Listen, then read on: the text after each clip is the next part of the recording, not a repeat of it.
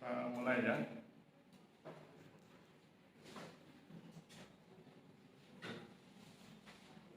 Assalamualaikum warahmatullahi wabarakatuh. Salam sejahtera buat kita semua, mahasiswa sekalian. Kita perlu berterima kasih pada Komkes ya, yang sudah berjuang mendapatkan ruangan. Tadinya saya pikir kita akan kuliah di masjid. Karena Komkesnya bingung cari ruangan. Dengan, saya pikir no problemnya dimanapun, kalau perlu di taman, saya bilang sama Komkes, di taman juga jadi, yang penting ada wireless untuk ngomong gitu ya. Yang penting ada pembahas, ada narasumber. Oke, hari ini saya sedang bahagia. Pertama, karena kegiatan saya di luar direspon dengan baik oleh masyarakat. Kemudian yang berikut, hari ini terbit jurnal saya, Jurnal Impresi Indonesia. Jadi Jurnal Impresi Indonesia itu adalah jurnal internasional yang dikelola oleh orang Indonesia. Terus kemudian syarat sebuah jurnal internasional adalah reviewernya itu minimal dari 4 negara dan tentu saja berbahasa internasional ya. Tulisan saya yang bisa masuk di jurnal tersebut hari ini yang terbit adalah Impact of Strengthening Business Ethos on Agrarian Resource Based Micro Enterprise. Jadi bicara tentang UMKM, kira-kira begitu. Jadi bagaimana etos kerja UMKM di Indonesia dalam rangka membangun kesejahteraan, gitu ya. Jadi nanti bagi Anda sekalian yang nanti suatu saat bikin skripsi tentang UMKM bisa gunakan jurnal itu. Kenapa saya bahagia? Karena itu ada kredit poinnya ya. Jadi dosen itu kalau nulis jurnal dapat kredit poin. Kredit poinnya itu 25 poin. Jadi satu artikel jurnal internasional ini kan terindeks Copernicus itu poinnya 25. Kalau terindeks Scopus poinnya 40. Jadi dapat 25. Kemudian bandingkan dengan mengajar satu semester itu cuma 2 poinnya. Jadi kan bisa berkali-kali lipat.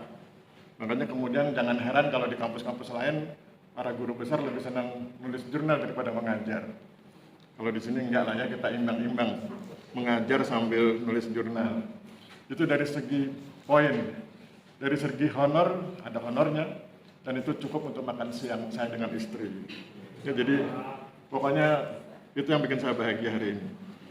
Dan kemudian yang bikin bahagia berikutnya adalah setiap kita mengajukan materi kuliah, kemudian kan saya bilang silakan diisi pembahas dan narasumber langsung penuh 10 orang. Saya bilang sama Komkes, yes. Saya pertama bersyukur pada Tuhan ya. Yang kedua berterima kasih pada Anda semua. Karena saya suka dengan mahasiswa yang saya bilang PJ, percaya diri. Dan kemudian bersedia berbagi pengetahuan. Jadi ketika Anda presentasi kan Anda sedang berbagi pengetahuan. Ketika Anda kemudian berdiskusi, membahas dengan narasumber, kita juga sedang berbagi pengetahuan. Dan mudah-mudahan itu berpahala ya di hadapan Tuhan. Oke, hari ini kita akan mulai siapa narasumber dan pembahas materi 1. Ya, silakan maju ke depan, narasumbernya di sebelah saya.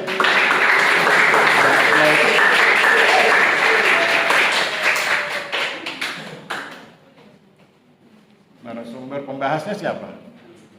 Ya. Oh ya. Pembahasnya di depan supaya nanti kita bisa oper-operan mikrofon. Sudah dipoto Mas? Tolong dipoto materi 1.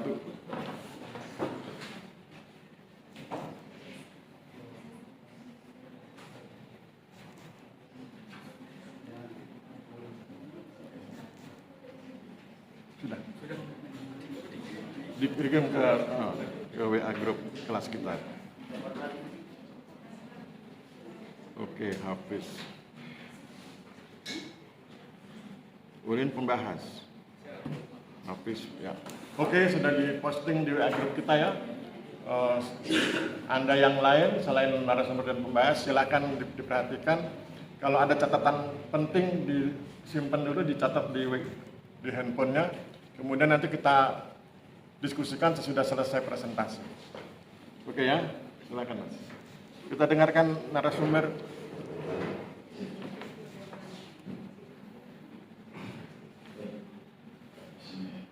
Assalamualaikum warahmatullahi wabarakatuh. Waalaikumsalam warahmatullahi wabarakatuh.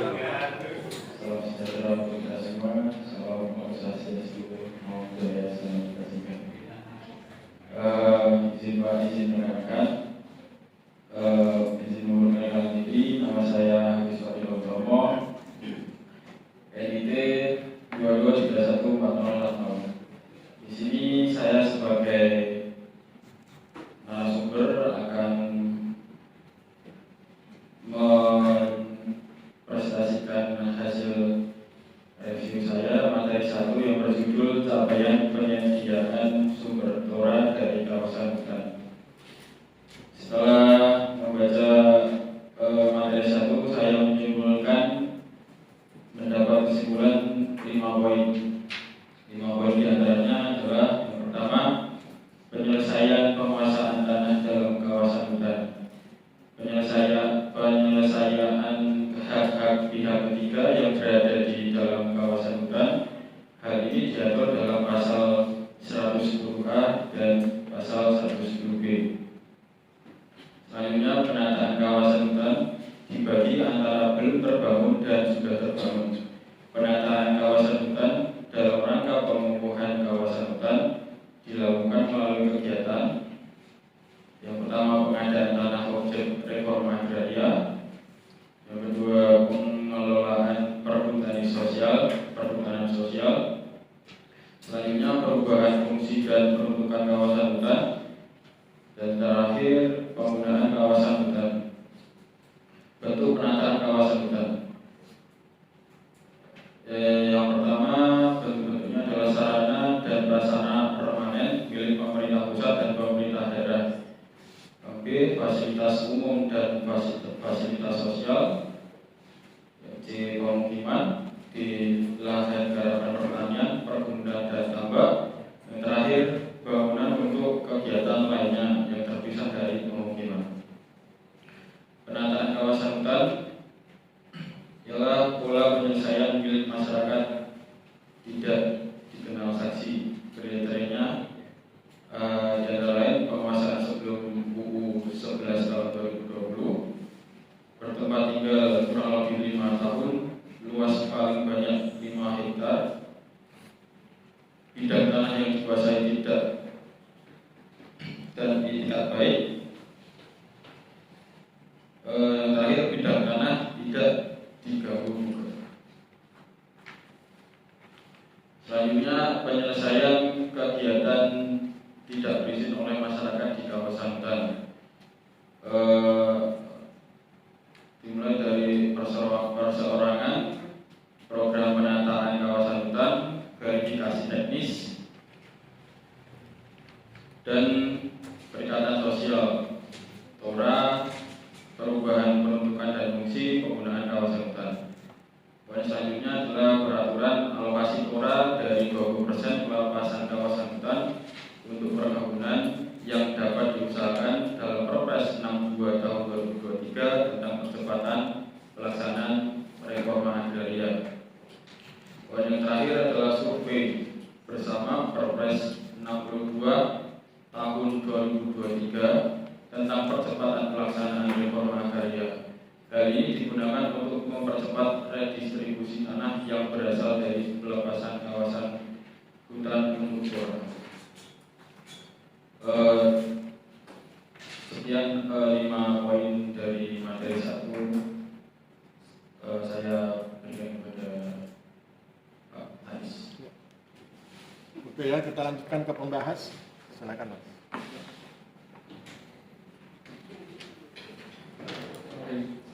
Terima kasih Pak atas waktunya. Mohon izin memperkenalkan diri. Nama saya Safari Luha, NID 22314079. Di sini saya akan memaparkan 5 poin penting dari judul capaian penyelesaian sumber TORA dari kawasan hutan. Langsung saja, poin pertama dilihat dari peta indikatif TORA atau penyelesaian penguasaan tanah dalam rangka penataan kawasan hutan, biasa disebut PPT-PKH, terdiri dari 2 poin. Yang pertama, poin non-existing atau non-inventaris. Yang kedua, existing atau inventaris. Kemudian dilihat berdasarkan peta yang ada dalam materi tersebut, diketahui bahwa total luas indikatif PPT-PKH pada revisi kedua kurang lebih seluas 5.071.230 hektar. Kemudian yang terrealisasi hanya tercapai 2.925.809 hektar atau sekitar 71% dari total luas indikatif. Realisasi yang tercapai terdiri dari non-infer dan infer atau existing dan non-existing. Untuk yang existing sendiri seluas 1.465,343 hektar dan untuk yang non-existing dengan luas 1.460.466 hektar.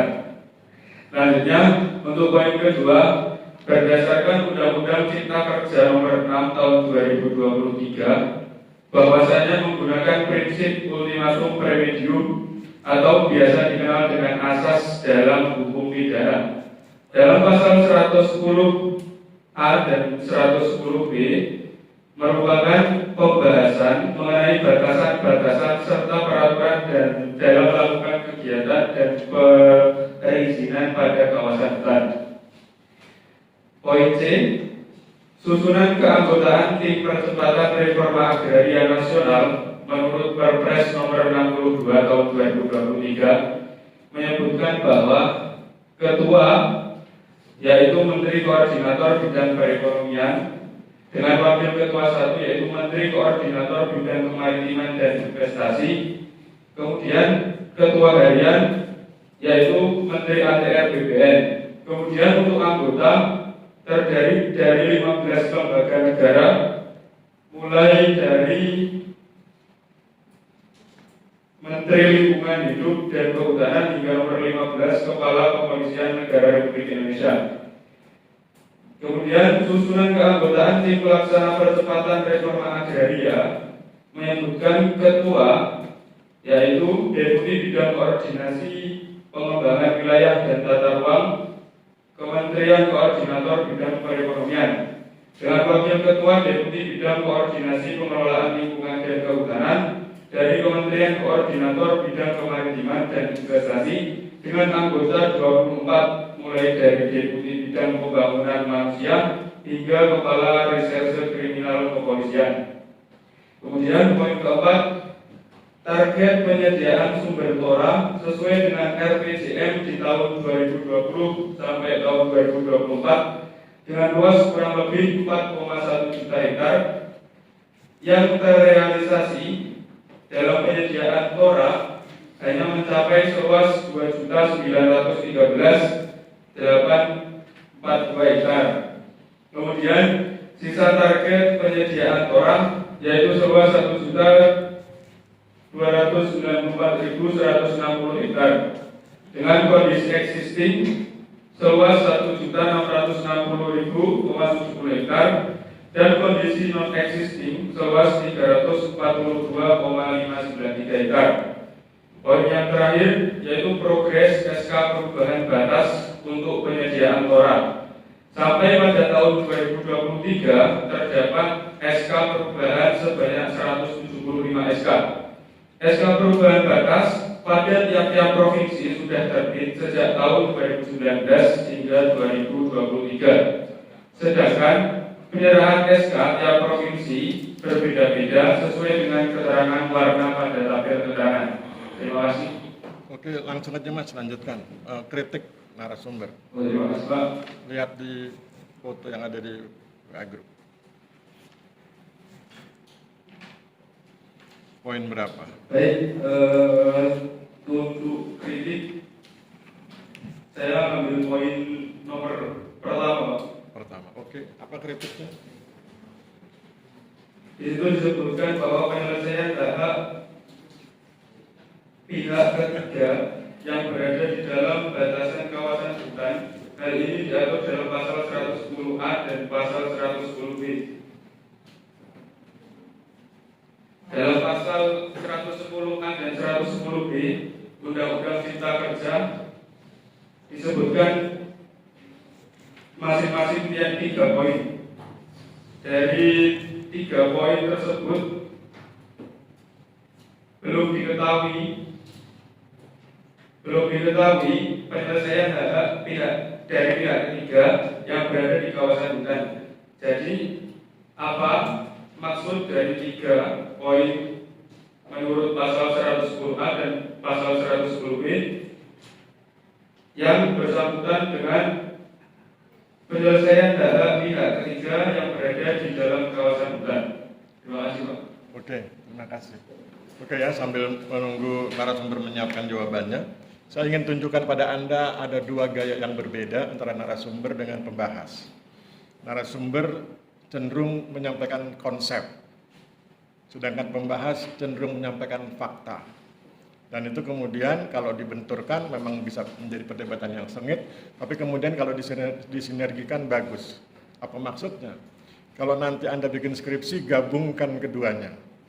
Kalau Anda bikin skripsi, gabungkan antara konsep dengan fakta, supaya orang bisa paham konsepnya, mengerti maksudnya, seperti nanti akan dijelaskan oleh narasumber, dan orang punya faktanya, punya datanya. Tadi misalnya kita tahu targetnya sekian juta hektar, 5 juta sekian, kemudian realisasinya hanya 2 juta sekian. Meskipun begitu kan kita harus paham mengapa, supaya kemudian kita bisa bangun optimisme. Kalau kita nggak paham mengapanya, kita akan pesimis gitu ya. Oke, sekarang kita dengarkan narasumber menjelaskan tentang bagaimana penyelesaian hal-hal yang berkaitan dengan penguasaan oleh pihak ketiga, terutama pasal 110A dan B ya. Oke, silakan. Kita dengarkan.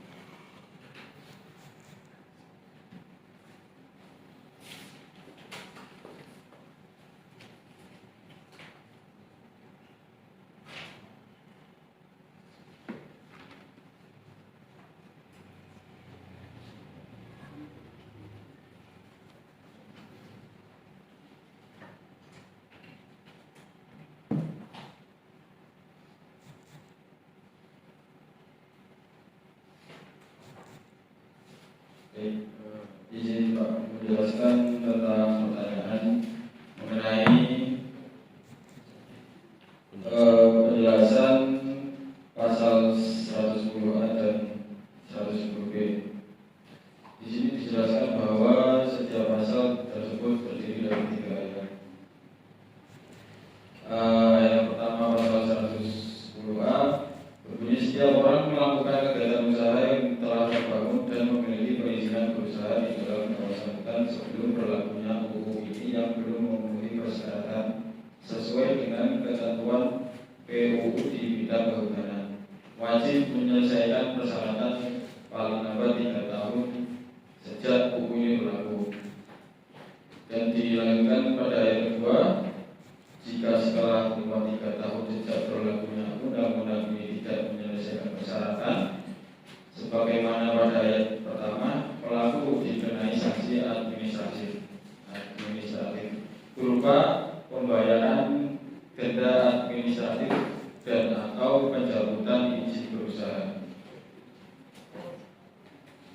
Ayat ketiga menjelaskan ketentuan lebih lanjut mengenai tata cara pengenaan sanksi administratif dan tata cara penerimaan negara bukan pajak yang berasal dari denda administratif sebagaimana dimaksud pada ayat 2 diatur dalam PP atau peraturan pemerintah.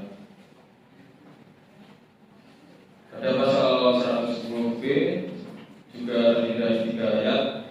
Yang pertama berbunyi setiap orang yang melakukan pelanggaran sebagaimana dimaksud dalam pasal 77 ayat 1 huruf B, huruf C dan huruf E, dan atau pasal 17 ayat 2 huruf B, huruf C dan atau huruf E, atau kegiatan lain jika kawasan hutan tanpa memiliki perizinan berusaha yang dilakukan sebelum berlakunya UU ini dikenai sanksi administratif berupa A. Penghentian sementara kegiatan usaha, B. Membayar denda administratif dan atau C. Paksaan pemerintah. Dalam ayat 2 dijelaskan dalam hal pelanggaran sebagaimana dimaksud pada ayat 1 dilakukan oleh orang perseorangan yang bertempat tinggal di dalam dan atau di sekitar kawasan hutan paling singkat 5 tahun secara terus-menerus dan luasan paling banyak 5 hektar, dikecualikan dari sanksi administratif dan diselesaikan melalui penataan kawasan hutan. Terakhir, pada ayat ketiga dijelaskan ketentuan lebih lanjut mengenai tata cara pengenaan sanksi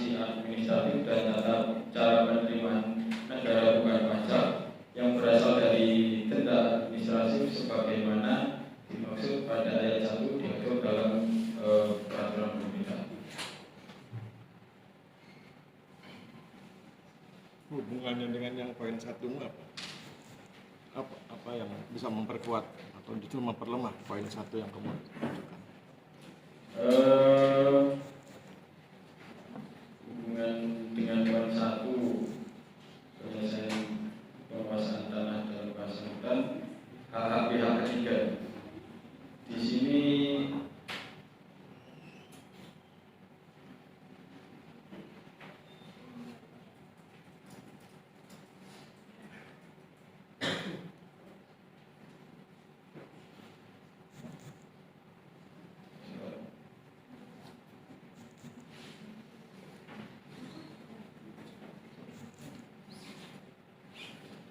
sini mendukung penyelesaian hak pihak ketiga yang berada di dalam kawasan hutan.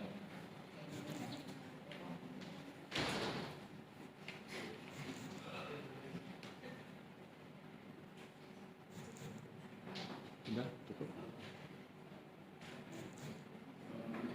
Oke, saya bantu. Oke ya, mohon perhatian. Jadi membahas kan mengkritik poin 1 yang diajukan oleh narasumber ya. Bunyi poin 1 itu penyelesaian hak-hak pihak ketiga yang berada di dalam kawasan hutan diatur dalam pasal 110A dan pasal 110B. Kritik pembahas adalah mengapa tidak dijelaskan. Padahal kan beliau narasumber sangat kuat di konsep. Nah, kalau beliau sangat kuat di konsep harusnya beliau jelaskan dengan detail. Sedangkan pembahas kan kuatnya di empirik.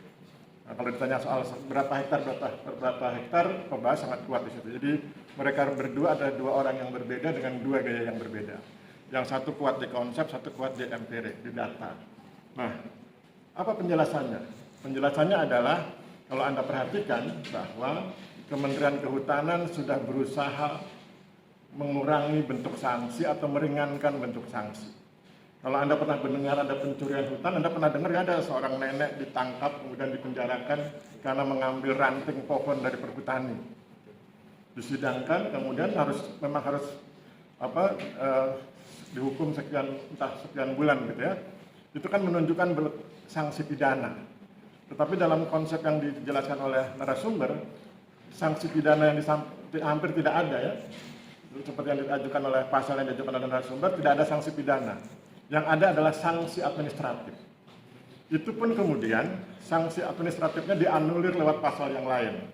Bahwa kalau sudah tinggal 5 tahun dan seterusnya tidak ada sanksi administratif, tapi masuk di konsep penataan kawasan hutan.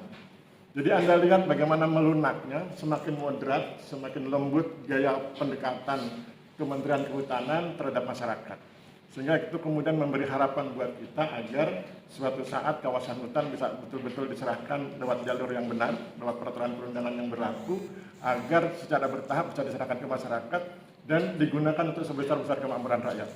Jadi sebetulnya yang ingin disampaikan oleh narasumber adalah moderasi cara berpikir Kementerian Kehutanan dalam berinteraksi dengan masyarakat, yang awalnya ada sanksi pidana diturunkan menjadi sanksi administratif, dan itu pun kemudian dikecualikan bagi orang-orang tertentu yang sudah tinggal sekitar 5 tahun lebih, dan kemudian persyaratan-persyaratan yang lain. Jadi kata kuncinya adalah moderasi pendekatan Kementerian Kehutanan terhadap masyarakat.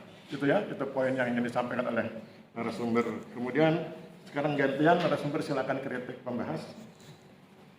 Tentukan poinnya, kemudian kita diskusikan. Terima kasih Pak. Izin untuk mengkritiki poin yang D.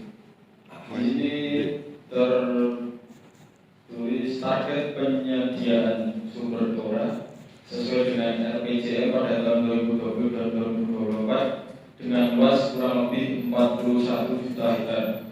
4,1 juta hektar. Realisasinya tercapai seluas 2.903 sekian hektar. Kemudian sisa target TORA seluas 1 juta sekian hektar. Di sini berarti ada beberapa luas yang belum mencapai target. Jadi yang ingin saya tanyakan, apa hambatan bagi pemerintah sehingga bisa terjadi target yang belum terselesaikan? Dan apa tindakan untuk menyelesaikan target tersebut agar bisa mencapai target? Terima kasih. Baik, terima kasih. Sebelumnya saya akan beranjak ke belakang terlebih dahulu mengenai poin keempat. Memang realisasi sama targetnya belum sesuai. Kalau menelisik ke belakang, reforma agraria di Indonesia memiliki riwayat sejarah yang panjang. Berbanding lurus dengan pemerintahan yang silih berganti, dengan rezim yang satu diganti dengan rezim yang lain. Demikian juga pelaksanaan reforma agraria tergantung dengan rezim yang sedang memerintah pada era sekarang. Model dan cara melaksanakan reforma agraria juga berbeda-beda.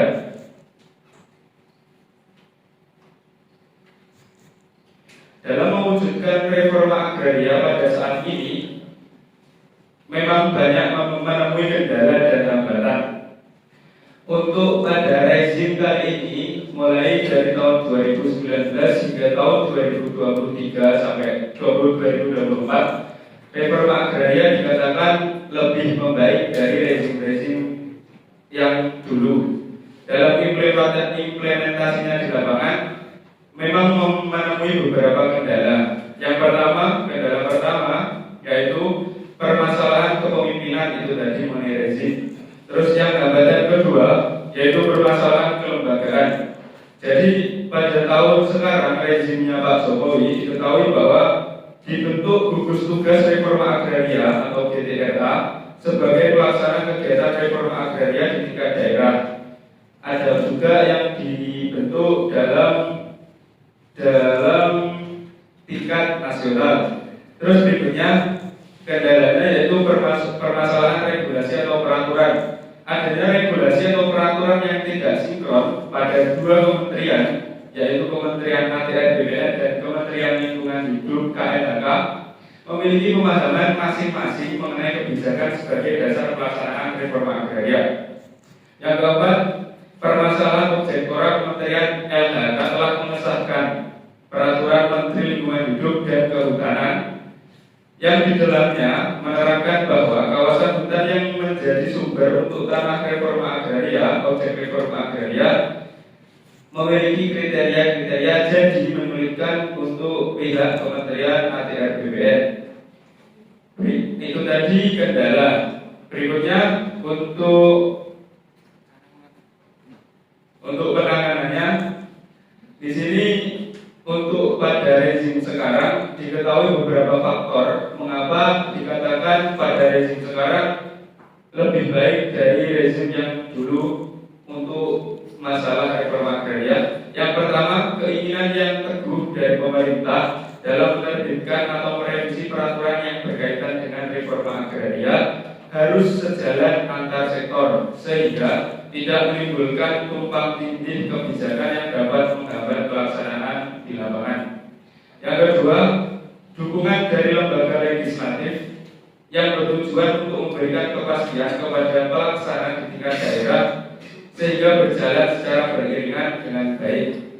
Yang nomor tiga, dukungan dari aparat negara baik Tentara Nasional Indonesia dan Kapolri atau Kepolisian Republik Indonesia demi untuk menciptakan keamanan dan ketertiban masyarakat sehingga tidak mengganggu jalannya program tersebut.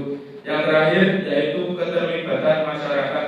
Kesuksesan reforma agraria membutuhkan keterlibatan masyarakat secara penuh. Jadi pada tahun sekarang masyarakat yakin dan percaya pada pemerintah akan kegiatan-kegiatan yang dilaksanakan, salah satunya reforma agraria. Terima kasih. Oke ya, jadi kalau kita perhatikan perdebatan antara pembahas dengan narasumber, tadi sudah dijelaskan banyak ya oleh pembahas tentang apa kendalanya dan bagaimana solusinya. Dan kemudian kalau saya perhatikan intinya adalah ketika sudah dilakukan moderasi dalam hal pendekatan Kementerian Kehutanan terhadap masyarakat, harusnya bentuk moderasinya tidak hanya dalam konteks kebijakan sikap, tapi juga kebijakan yang berkaitan dengan peraturan, terutama peraturan menteri ya. Sebab dalam beberapa hasil penelitian menunjukkan bahwa ketika proses sedang dilaksanakan, masyarakat justru kesulitan ketika harus memenuhi peraturan-peraturan tertentu yang ditetapkan oleh Menteri Kehutanan. Oleh sebab itu, seandainya itu bersedia dilonggarkan sedikit, mungkin percepatannya bisa tercapai, ya, karena masih ada sisa 2 juta hektar itu kan cukup banyak, ya, sehingga kemudian dibutuhkan percepatan. Dan kalau kita ingin lebih cepat, berarti harus dilonggarkan. Ya. Anda bayangkan aja kalau ada kendaraan mengangkut batu sekian ton, kalau dia harus ngebut, kan batunya harus disingkirkan. Misalnya dia berangkat kecepatan 60 km per jam dengan beban 5 ton. Kalau dia ingin meningkat itu 70 km per jam, yang 5 ton itu dibuang sebagian sehingga kemudian dia bisa meningkatkan kecepatan. Jadi itu cara berpikir sederhana, bagaimana jika pemerintah memang ingin meningkatkan pencapaian target, yaitu dengan melonggarkan ketentuan yang berlaku. Saya pikir demikian. Aplaus buat pembahas dan narasumber. Terima kasih atas ilmu dan pembagian pengetahuan bersama kita, ya. Terima kasih, kita lanjutkan ke materi yang kedua. Oke, thank you. Ya, terima kasih. Yang berikut, materi 2, pembahas dan narasumber.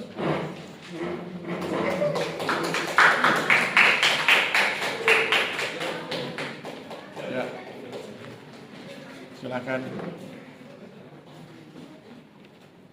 Sudah diposting? Ya, tolong posting dulu, ya. Ini punya Mbak. Oh.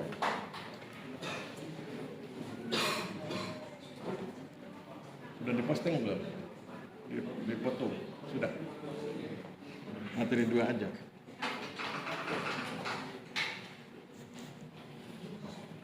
Ada namanya. Oh iya, itu saya Pak.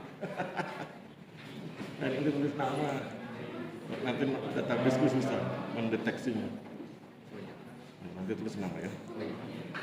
Oke, yang dari narasumber sudah diposting. Kita tunggu yang dari pembahas. Cukup banyak, ya, 2 halaman ini. Kita tunggu pembahas. Mungkin 10 halaman. Udah Pak. Sudah, mana? Belum. Sudah. Kok belum masuk? Belum masuk, salah kirim mungkin. Belum masuk? Belum. Oh, ini baru masuk. Oke, 2 halaman. Oke, ya, kita dengarkan narasumber bercerita, kemudian setelah itu nanti pembahas, dan kemudian nanti pembahas akan mengkritik narasumber. Silakan. Perkenalkan diri, ya, Mas. Assalamualaikum warahmatullahi wabarakatuh. Waalaikumsalam warahmatullahi wabarakatuh. Selamat siang dan salam sejahtera bagi kita semua. Mohon izin Pak Aris, rekan-rekan, di sini saya akan mempresentasikan atau mereview hasil 5 poin tentang reforma agraria perjalanan yang belum berakhir. Meningkat waktu. Sebelumnya perkenalkan, nama saya Ahmad Sirajudin, MID 22314041. Poin pertama dari materi kedua ini ialah pasca Perang Dunia II sampai dengan piagam petani. Perlu kita ketahui, setelah Perang Dunia II usai ada 3 negara, yaitu Jepang, Korea Selatan, dan juga Taiwan, yang melancarkan reforma agraria di bawah pengawasan sekutu. Kemudian pada tahun 1950-an dan 1960, negara berkembang baik di Asia, Amerika, Afrika, dan juga terjadi gerakan reforma agraria menjadi semarak. Selanjutnya menginjak di bulan Juli 1979 berhasil dirumuskan sebuah deklarasi, di mana deklarasi tersebut sebagai piagam petani yang dinyatakan bahwa tujuan reforma agraria dan pembangunan pedesaan merupakan transformasi kehidupan dan juga kegiatan pedesaan dalam semua aspek, yaitu aspek ekonomi, aspek sosial, aspek budaya, kelembagaan, dan juga kemanusiaan. Adapun sasaran dan juga strategi untuk mencapai itu semua harus dipusatkan pada penghapusan kemiskinan dan juga harus dikendalikan oleh kebijakan yang berusaha mencapai pertumbuhan dengan pemerataan, redistribusi kuasa, kuasa ekonomi, dan juga politik serta partisipasi rakyat. Selanjutnya, poin kedua yakni rasional reforma agraria. Rasional reforma agraria terdiri dari 3 macam yang telah terkemuka. Yang pertama ialah reforma. Apa itu reforma? Reforma merupakan perbaikan yang dilaksanakan secara bertahap atau evolusioner dan konstitusional. Dan yang kedua selanjutnya reformasi, yang secara substansial ialah sama dengan revolusi. Jika sama dengan revolusi, maka revolusi tersendiri yang artinya tentang pembongkaran semua nilai, termasuk nilai dasar dari tata sosial yang ada. Implikasinya berupa pembaharuan struktur, bukan sekadar pembaharuan fungsi. Yang C merupakan reformasi pada dasarnya memang bukan revolusi, tetapi dalam aspek tertentu bernuansa revolusioner, bukan sekadar perbaikan tambal sulam. Selanjutnya yang poin ketiga ialah tentang redistributive land reform, di mana yang memiliki arti tentang penataan kembali sebaran penguasaan tanah demi kepentingan petani kecil, penyekapan dan juga buruh tani tidak bertanah. Hal ini dengan berlakunya redistributive land reform itu memiliki 2 aspek, yaitu yang pertama yakni tenure reform dan juga tenantry reform. Dalam perkembangannya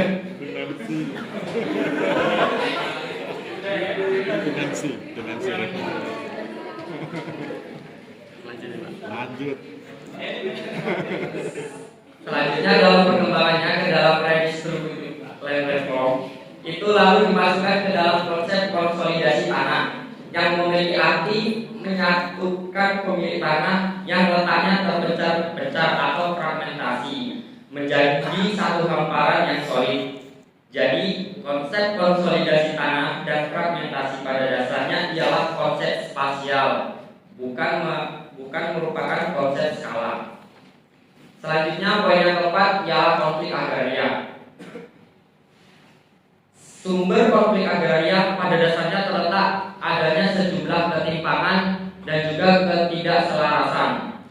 Di Indonesia tersendiri terdapat 3 macam ketidakselarasan, yaitu yang pertama ketimpangan dalam hal struktur, pemilikan dan juga penguasaan tanah, dan yang kedua ketimpangan dalam hal peruntukan tanah, dan yang terakhir itu incompatibility dalam hal persepsi dan konsepsi mengenai agraria.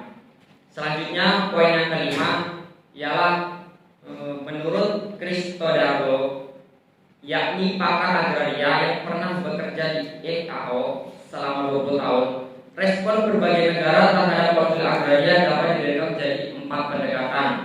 Yang pertama ialah pendekatan Nelson.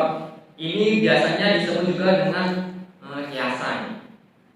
Seperti yang sudah dikenal, Admiral Nelson itu ialah merupakan pahlawan angkatan laut yang berada di Inggris yang memiliki mata buta. Nah, suatu ketika ia ini ingin meneropong untuk melihat musuh. Kemudian anak buahnya itu menegur dari Nelson tersebut, mengatakan, pokoknya kita sudah berbuat, menang atau kalah Tuhan yang menentukan. Nah, inilah gambaran yang terkait tentang masalah konflik agraria saat ini, di mana masalah tersebut didiamkan dan juga ditabuhkan. Tidak ada pun gairah untuk mengumpulkan data, dorongan dan dalam melakukan penelitian juga tidak ada. Hanya menganalisis masalah pinggiran dan menangani masalah agraria dari belakang meja. Yang intinya pokoknya itu berbuat walaupun tanpa adanya data. Selanjutnya yaitu pendekatan Fabian yang sama artinya yaitu kiasan, di mana dalam konflik agraria sejumlah negara menggunakan taktik Fabian ini. Mengapa demikian? Karena pura-pura akan menyelesaikan suatu masalah, tetapi sebenarnya itu tidak dikerjakan. Selanjutnya pendekatan yang ketiga yaitu jalan pintas. Inti pendekatan ini ialah mereduksi persoalan agraria menjadi sekedar masalah pangan. Jika masalah pangan sudah dibereskan, maka semua masalah itu akan selesai. Selanjutnya, yang keempat ialah pendekatan kekuatan.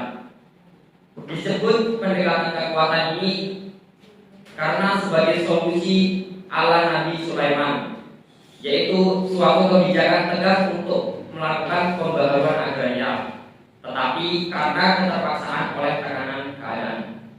Baiklah, sekian 5 poin dari materi yang kedua. Selanjutnya saya serahkan kepada pembalap untuk menyampaikan 5 pokok poin dari materi kedua.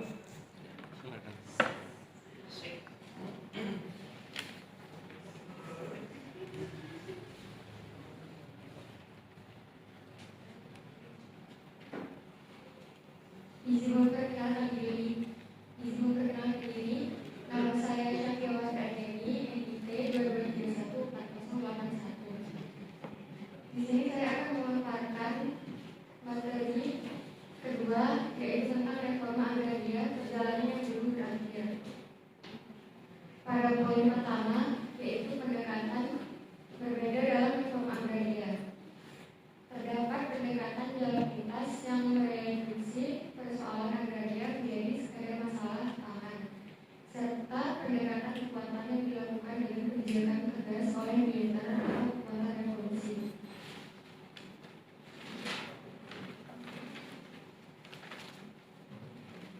Poin yang kedua, yaitu perdebatan dan argumentasi. Terdapat perdebatan antara pendukung dan penolak reforma agraria. Argumentasi penolak meliputi biaya besar, keterbatasan pelaksanaan, dan potensi penurunan produksi selama proses pelaksanaan. Dan yang ketiga, tentang FAO dan the Present Starter. FAO menyelenggarakan World Conference on Agrarian Reform and Rural Development di Roma pada tahun 1979 yang menghasilkan the Present Starter. Kesepakatan konferensi ini dianggap penting dikarenakan telah berhasil memadai berbagai argumentasi dengan fleksibilitas. Poin yang keempat, yaitu kondisi di Indonesia. Di Indonesia ada kecenderungan berpikir kapitalistik yang mengarah pada pemikiran bahwa pekerjaan dan pertanian di kota dapat menjadi solusi bagi petani gurem yang tidak memiliki tanah.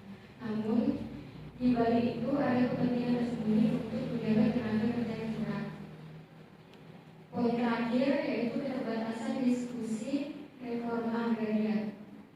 Diskusi mengenai masalah agraria di Indonesia pada umumnya lebih fokus pada hal-hal teknis dan kasus per kasus secara pragmatis, kecuali dalam lingkaran kecil seperti di UGM dan LSM tertentu.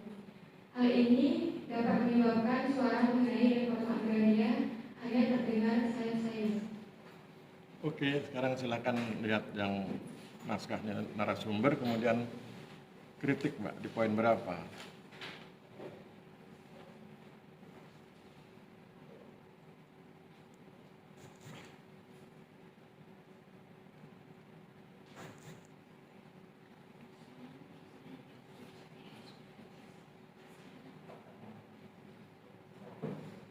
Baik, saya akan mengkritik Poin.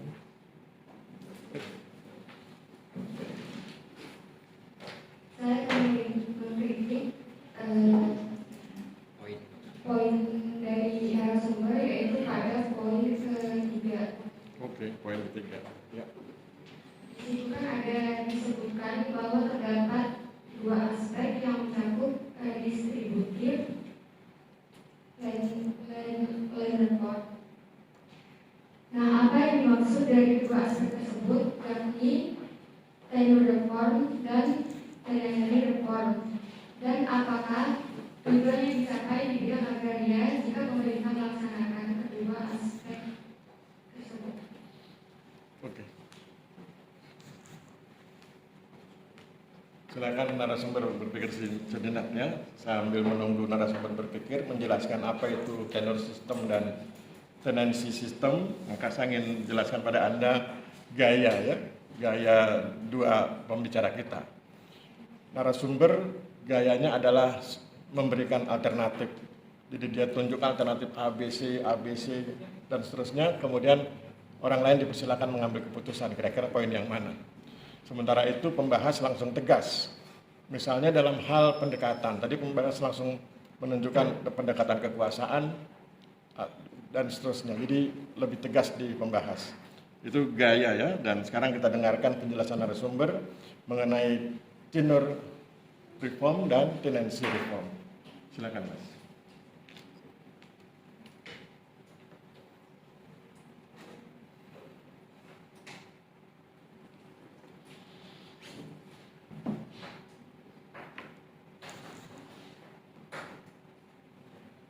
Baiklah, terima kasih atas narasumber telah mengkritik dari 5 poin yang telah saya paparkan. Izin menjawab Pak Aris. Baiklah, tadi disampaikan juga di poin ketiga itu terdapat 2 aspek dalam redistributive land reform, di mana redistributive land reform tersebut itu berupa penataan kembali sebaran penguasaan tanah demi kepentingan kecil. Berarti kepentingan petani kecil ini berarti yang menengah ke bawah seperti itu.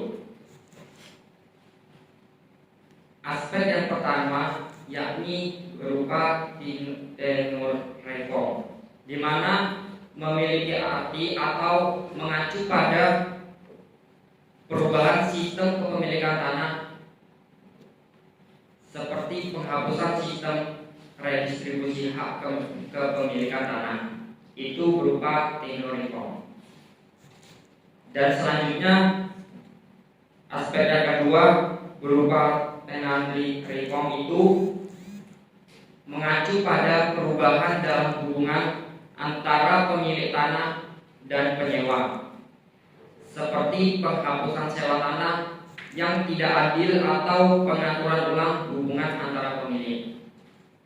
Jadi dari kedua aspek ini dapat kita simpulkan perbedaannya, yaitu jika aspek yang pertama itu hanya mengacu pada sistem kepemilikan tanahnya saja. Selanjutnya yang aspek kedua itu mengacu pada perubahan dalam hubungan antara pemilik tanah dan penyewa. Dari kedua aspek ini pasti memiliki tujuan tersendiri. Salah satunya ialah menciptakan struktur agraria yang lebih adil dan juga merata, dengan berupa memberikan akses kepemilikan tanah yang lebih luas kepada petani kecil dan juga pada petani yang tidak memiliki tanah. Dalam redistributive land reform ini, aspek tenure reform dan juga tenancy reform itu seringkali diimplementasikan bersama-sama. Mengapa demikian? Karena untuk mencapai suatu tujuan yang lebih luas dalam menciptakan struktur agraria yang adil dan juga merata. Itu jawaban dari pertanyaan dari pertanyaan membahas. Selanjutnya. Oke ya, jadi pertanyaannya kan tentang tenure reform dan tenancy reform. Kalau Anda bicara tentang tenure reform dan tenancy reform, Anda harus bicara tentang tenure system dan tenancy system. Tenure system itu sistem kepemilikan tanah. Tenancy system itu sistem sewa menyewa tanah. Dalam konteks reforma agraria, maka kedua sistem itu harus diatur. Misalnya dalam sistem kepemilikan tanah, kita punya konsep redistribusi tanah, agar orang yang tidak bertanah punya tanah. Itu dalam konsep tenure system, itu dalam konsep tenure reform. Dalam konsep tenancy system, yang kemudian nanti akan kita kembangkan menjadi tenancy reform, itu yang diperbaiki pola sewa menyewanya. Oleh sebab itu di awal-awal land reform ada dorongan, ada usaha untuk menghapuskan sewa tanah pertanian. Kenapa? Karena sewa tanah pertanian itu mengeksploitasi petani sehingga kemudian harga sewanya tinggi, pendapatannya rendah. Oleh sebab itu sewa tanah pertanian dihapus. Kemudian yang muncul apa? Yang muncul adalah perjanjian bagi hasil. penggarap dengan pemilik tanah berbagi. Kalau nanti panen, penggarap dapat berapa persen, pemilik dapat berapa persen. Itu pun kalau kemudian diserahkan kepada kondisi pasar, kalau kita pendekatannya market, pasar, maka itu juga merugikan penggarap. Karena biasanya banyak penggarap yang membutuhkan tanah sehingga kemudian ketika bagi hasilnya kemudian sangat menekan penggarap. Oleh sebab itu maka kemudian pemerintah mengeluarkan, pemerintah dalam termasuk DPR ya, diterbitkan undang-undang perjanjian bagi hasil sehingga kemudian penggarapnya terlindungi. Itulah reformasi, itulah upaya untuk memperbaiki tenure system dan memperbaiki tenancy system yang dalam konteks reforma agraria disebut sebagai tenure reform dan tenancy reform. Jadi sebatas itu ya, soal nanti kemudian di masa-masa akan datang akan dikembangkan lebih baik silahkan, tapi realitasnya seperti itu yang terjadi di lapangan. Saya ulangi, bicara tentang kepemilikan tanah, bicara tentang tenure system, maka tenure reformnya dalam bentuk redistribusi tanah. Bicara tentang sewa menyewa tanah atau tenancy system atau yang kemudian kita kembangkan menjadi tenancy reform, polanya adalah mengubah sewa tanah menjadi perjanjian bagi hasil, dan itu pun kemudian diatur lewat undang-undang perjanjian bagi hasil yang kemudian diusahakan agar bagi hasilnya tidak merugikan penggarap, sehingga kemudian kita punya konsep win-win solution ya, penggarapnya untung, pemilik tanahnya untung. Oke, sekarang kita lanjutkan dengan kritik dari narasumber kepada pembahas. Silakan. Terima kasih atas masukan dari Pak Aris atas jawaban yang telah saya sampaikan tadi. Selanjutnya, di sini saya akan mengkritik terkait poin yang ketiga, di mana poin yang ketiga ini yakni FAO dan The Peasant Charter. Charter. FAO menyelenggarakan World Conference on Agrarian Reform dan Development Rural di Development Rona pada tahun 1979 yang menghasilkan The Peasant Charter. Kesepakatan konferensi ini dianggap penting karena berhasil mewadahi berbagai argumentasi dengan fleksibilitas. Nah, yang ingin saya kritik, apa yang dimaksud dengan FAO ini dan juga apa isi dari piagam petani tersebut, di mana dalam poin 3 ini belum disampaikan secara mendetail apa itu FAO dan juga isi dari piagam petani tersebut. Langsung.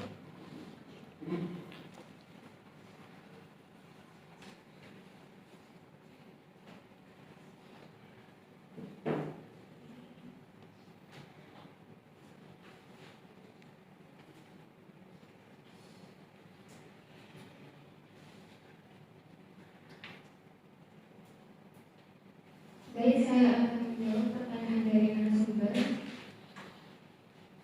tentang apa itu FAO dan isi dari pernyataan piagam petani atau The Peasant Charter. Food and Agriculture Organization, yaitu pandangan dari FAO, yaitu sebuah badan dari perserikatan bangsa-bangsa untuk menyelesaikan permasalahan pangan dan pertanian.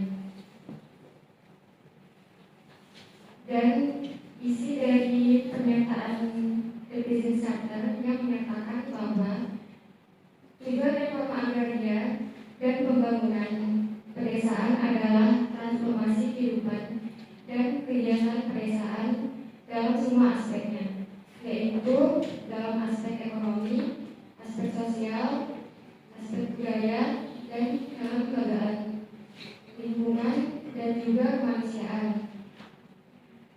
Sasaran dan strategi untuk mencapai itu haruslah dipusatkan pada penghapusan kemiskinan dan haruslah dikendalikan oleh kebijakan yang berusaha mencapai pertumbuhan dengan pemerataan.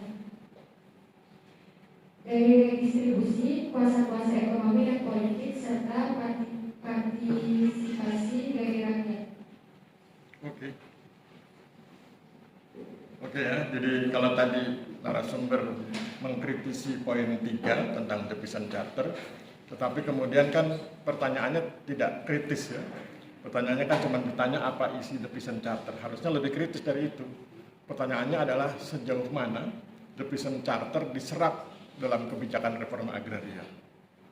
Sehingga kemudian Anda bisa paham apakah kita sungguh-sungguh menggunakan deficient charter sebagai embrio pemikiran reforma agraria atau justru kita mengabaikan deficient charter.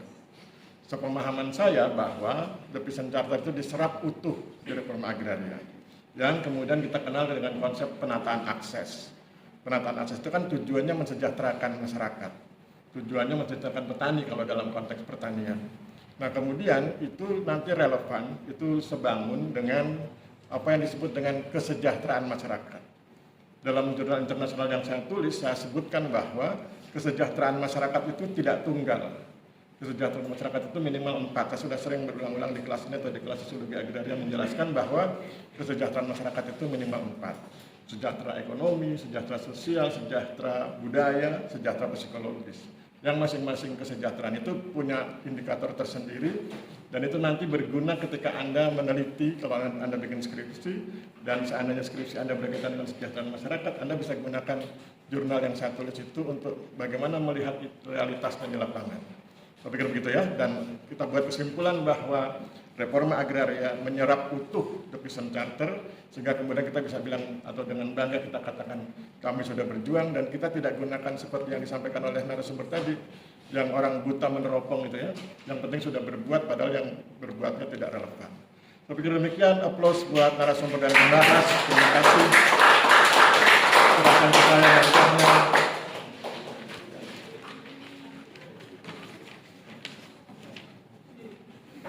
Thank you. Terima kasih. Berikutnya materi ketiga ya, pembahas dan narasumber.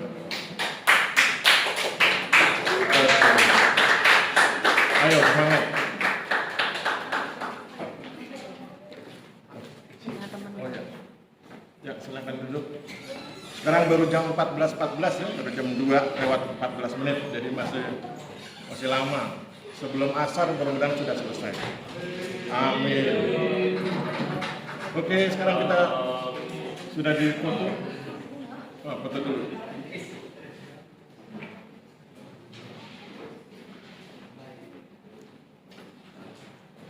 Oh ya, silakan.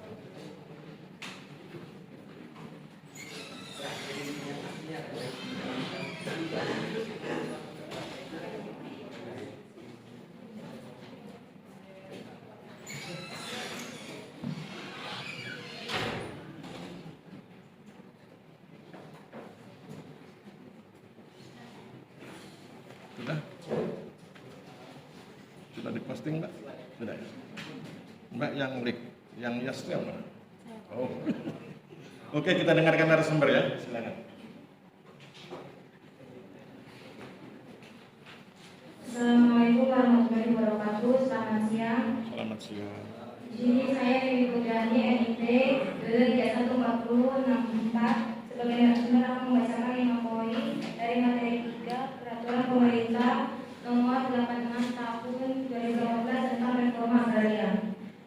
Yang poin pertama, reforma agraria adalah penataan kembali struktur penguasaan, pemilikan, penggunaan dan pemanfaatan tanah yang lebih berkeadilan melalui penataan aset dan disertai dengan penataan akses untuk kemakmuran rakyat Indonesia.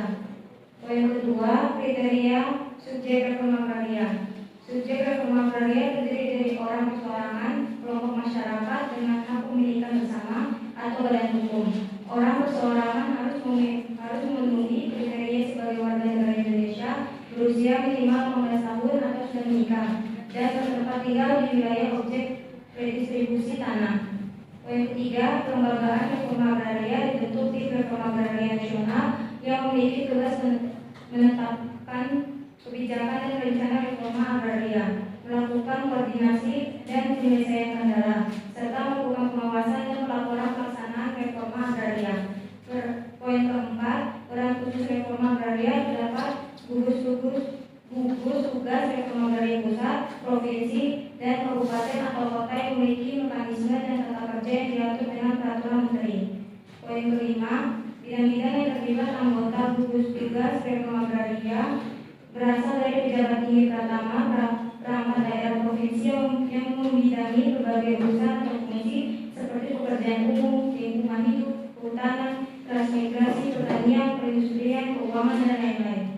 Selanjutnya akan dibacakan oleh Mbak. Assalamualaikum warahmatullahi wabarakatuh. Izinkan saya, Dias Putri Wasino, NIT 2231454 akan memaparkan mengenai review Peraturan Presiden Nomor 86 Tahun 2018 tentang reforma agraria. Yang pertama yaitu reforma agraria merupakan penataan kembali struktur penguasaan, pemilikan, penggunaan dan pemanfaatan tanah yang lebih berkeadilan melalui penataan aset dan disertai dengan penataan akses untuk kemakmuran rakyat Indonesia. Penyelenggaraan reforma agraria dilakukan oleh pemerintah pusat dan daerah dengan melalui dua tahapan, yaitu perencanaan dan pelaksanaan reforma agraria. Yang kedua, pelaksanaan reforma agraria dimulai dari penataan aset yang dijadikan acuan penataan akses. Penataan aset ini dilakukan dengan redistribusi tanah atau legalisasi aset. Terdapat beberapa objek dalam redistribusi tanah, yaitu hak guna usaha dan hak guna bangunan yang telah habis masa berlakunya serta tidak dimohonkan perpanjangan dan atau tidak dimohon pembaruan haknya dalam jangka waktu setahun sejak haknya berakhir. Objek redistribusi tanah ini dapat meliputi pertanian maupun non-pertanian.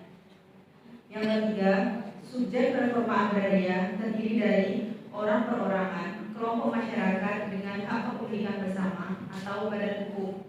Ada beberapa kriteria yang harus dipenuhi subjek reforma agraria. Salah satunya yaitu belum memiliki tanah. Untuk orang perorangan harus WNI, berusia minimal 18 tahun atau sudah menikah dan bertempat tinggal atau bersedia bermukim di wilayah objek redistribusi tanah. Subjek reforma agraria wajib menggunakan, mengusahakan dan memanfaatkan sendiri tanahnya serta menaati ketentuan penggunaan dan pemanfaatan tanah sesuai sifat dan tujuan pemberian hak dan rencana tata ruang. Yang keempat, penanganan sengketa dan konflik agraria, pelaksanaannya berdasarkan prinsip kepastian hukum dan keadilan sosial terhadap para pihak yang terlibat. Penanganan sengketa difasilitasi oleh gugus tugas reforma agraria secara berjenjang. Mengenai hal ini lebih lanjut diatur dalam peraturan menteri. Yang kelima, dalam penyelenggaraan reforma agraria dibentuk tim reforma agraria. Tim ini bertugas menetapkan kebijakan dan rencana reforma agraria, melakukan koordinasi dan penyelesaian kendala dalam penyelenggaraan reforma agraria, dan melakukan pengawasan serta pelaporan pelaksanaan reforma agraria. Tim ini dipimpin oleh Menteri Koordinator Perekonomian dengan anggota antara lain Menteri ATR BPN dan Menteri Keuangan. Gugus tugas reforma agraria dibentuk untuk membantu pelaksanaan tugas tim reforma agraria nasional. Gugus tugas reforma agraria bakal dibentuk di tingkat pusat, provinsi, dan kabupaten kota. Oke. Sekarang lihat yang naskahnya narasumber yang ada di WA Group. Kemudian pilih poin berapa yang mau dikritik, kemudian apa kritiknya.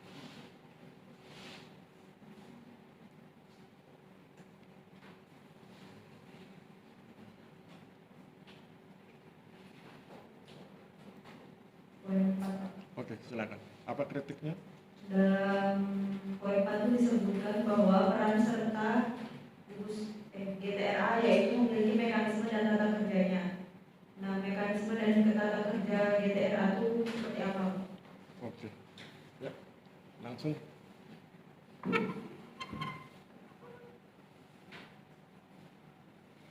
Mekanisme kerja GTRA yaitu perencanaan. GTRA menyusun rencana kerja bangunan berdasarkan arahan reforma agraria nasional dan kebutuhan daerah. Koordinasi GTRA melakukan koordinasi dengan kementerian atau lembaga pemerintah daerah dan pemangku kepentingan lainnya. Pelaksanaan GTRA melaksanakan program dan kegiatan reforma agraria di lapangan. Monitoring dan evaluasi GTRA melakukan monitoring dan evaluasi terhadap pelaksanaan program dan kegiatan reforma agraria. Oke, saya tambahkan ya. Oke, yang dijelaskan narasumber itu bersifat normatif. Normatif itu artinya ketentuannya demikian. Kalau kemudian Anda bertanya bagaimana realitasnya di lapangan, saya ingin cerita beberapa hasil penelitian, tapi saya ambil satu aja. Banyak senior Anda yang meneliti tentang reforma agraria, dan salah satu poin yang penting dalam konteks penelitian tentang reforma agraria adalah ketika reforma agraria digunakan sebagai instrumen resolusi konflik. Jadi judul skripsinya adalah reforma agraria sebagai instrumen resolusi konflik. Ya, itu biasanya kemudian di situ nampak nanti peran sentral, peran penting, peran yang sangat kuat dari bupati. Jadi bupati kan bagian dari GTRA di level kabupaten. Maka dia kemudian nanti akan mengumpulkan, pertama dia kumpulkan instansi yang berkaitan dengan data. Kalau itu tanah perkebunan, dia instansi yang berkaitan dengan itu kan biasanya konfliknya itu di daerah perkebunan. Sesudah dapat data dari instansi yang terkait termasuk dari BPN, maka kemudian biasanya dicarikan solusi dan biasanya solusinya adalah bagaimana kemudian diyakinkan kepada pemegang HGU untuk melepaskan 20% dari HGU yang ingin diperpanjangnya itu, dan sesudah itu bersedia dilepaskan tentu dengan negosiasi yang sangat alot. Oleh sebab itu menjadi penting power dari seorang bupati. Dan sesudah itu kemudian disepakati, maka kemudian baru kemudian diredistribusi. Jadi realitas di lapangan adalah peran kuat dari GTRA terutama di level kabupaten adalah dalam rangka resolusi konflik sehingga kemudian redistribusi bisa dilaksanakan, dan itu adalah bagian penting dari bagaimana kita mengupayakan agar penataan aset bisa dilaksanakan. Penataan aset itu kan redistribusi tanah kemudian legalisasi aset. Legalisasi aset tidak akan bisa dilaksanakan kalau redistribusinya tidak dilaksanakan.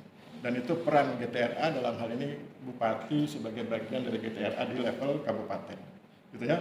Itu realitas lapangannya untuk melengkapi normatif yang sudah disampaikan oleh narasumber. Sekarang giliran narasumber mengkritik membahas. Silakan poin berapa? Nanti kita diskusikan. Pada Poin keempat. Oke, tentang apa itu? dijelaskan bahwa penanganan sengketa di kasus GTRA secara berjenjang. Apa maksud dari berjenjang tersebut? Oke, ya. Langsung aja. Poin 4. Maksudnya apa?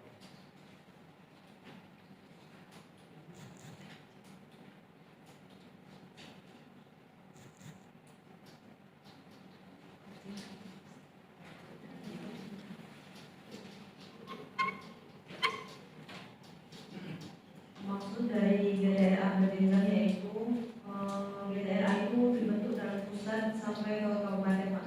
Jadi pusat itu biasanya diketuai oleh Menteri Agraria dan Tata Ruang, provinsi diketuai oleh gubernur, dan GTRA kabupaten atau kota diketuai oleh bupati atau wali kota. Jadi setiap tingkatan itu memiliki intervensi dari setiap level dari atas sampai ke level bawahnya, dari pusat sampai ke kabupaten atau kota. Bisa dicontohkan kapan yang kabupaten berwenang, mana yang provinsi berwenang, mana yang level nasional berwenang, untuk menunjukkan bagaimana masing-masing jenjang itu melaksanakan perannya. Bisa ditunjukkan nggak? Sudah pernah baca literaturnya belum? Tapi setahu saya kalau ada konflik agraria itu yang lebih mengetahui kan dari level bawahnya. Jadi kadang tuh kan seharusnya keterkaitan antara level bawah sampai ke atas. Tapi kadang nggak sinkron itu, Pak. Soalnya padahal waktu di level bawah tuh di kabupaten atau kota itu lebih mengetahui masalahnya.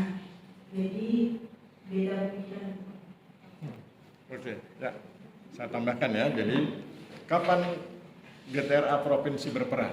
GTRA provinsi berperan ketika GTRA di kabupaten berbeda pendapat.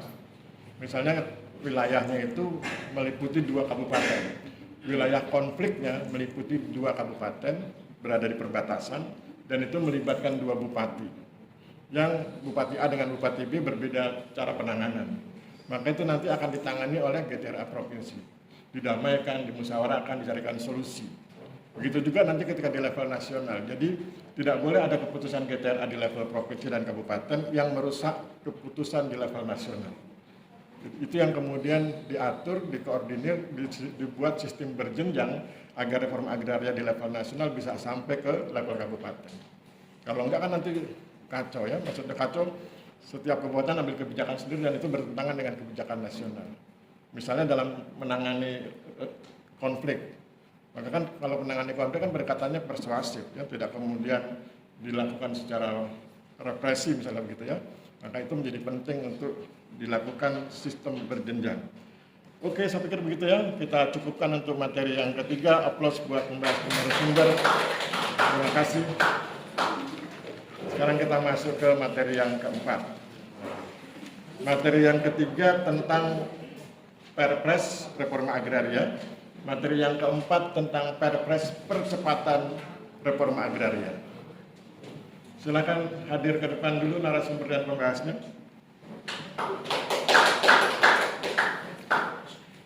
Yang narasumber siapa? Oh ya. Silakan difoto dulu, difoto kemudian diposting di WA Group. Sudah ya?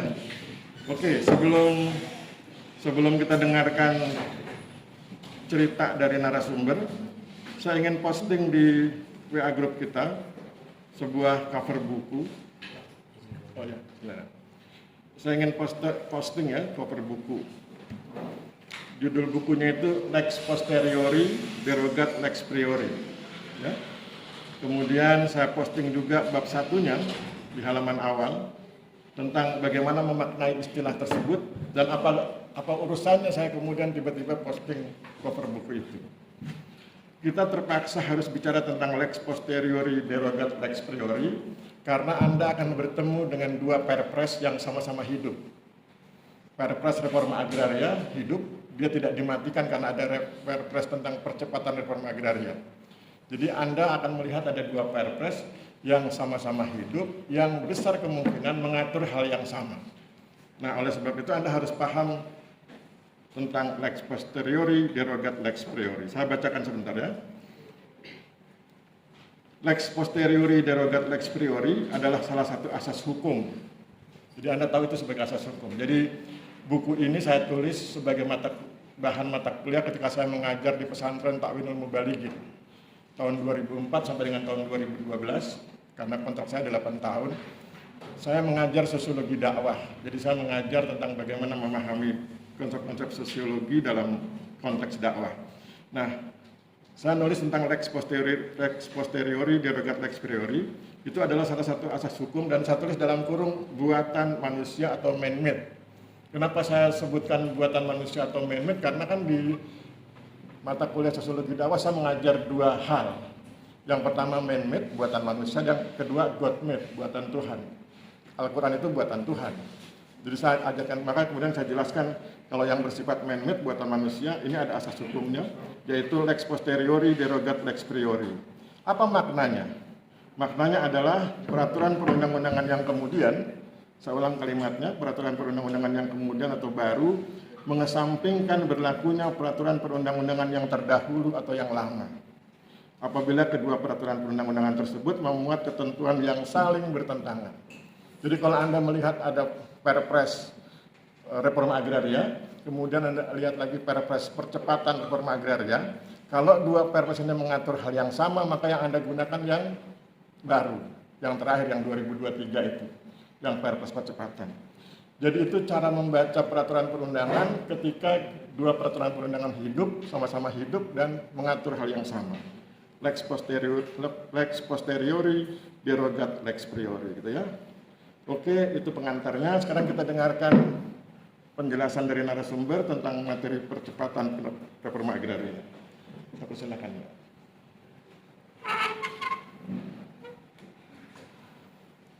Assalamualaikum warahmatullahi wabarakatuh. Waalaikumsalam. Selamat semuanya, nama saya Desya Nisa, IPK 2021 akan menjelaskan materi 4, yaitu Peraturan Presiden Republik Indonesia Nomor 62 Tahun 2023 tentang percepatan pelaksanaan reforma agraria. Yang pertama, itu perencanaan reforma agraria dituangkan dalam perencanaan percepatan pelaksanaan reforma agraria yang dilaksanakan melalui strategi yang pertama dari legalisasi aset, yang kedua dari redistribusi tanah, yang ketiga dari pemberdayaan ekonomi subjek reforma agraria, keempat kelembagaan reforma agraria, dan terakhir adalah fasilitas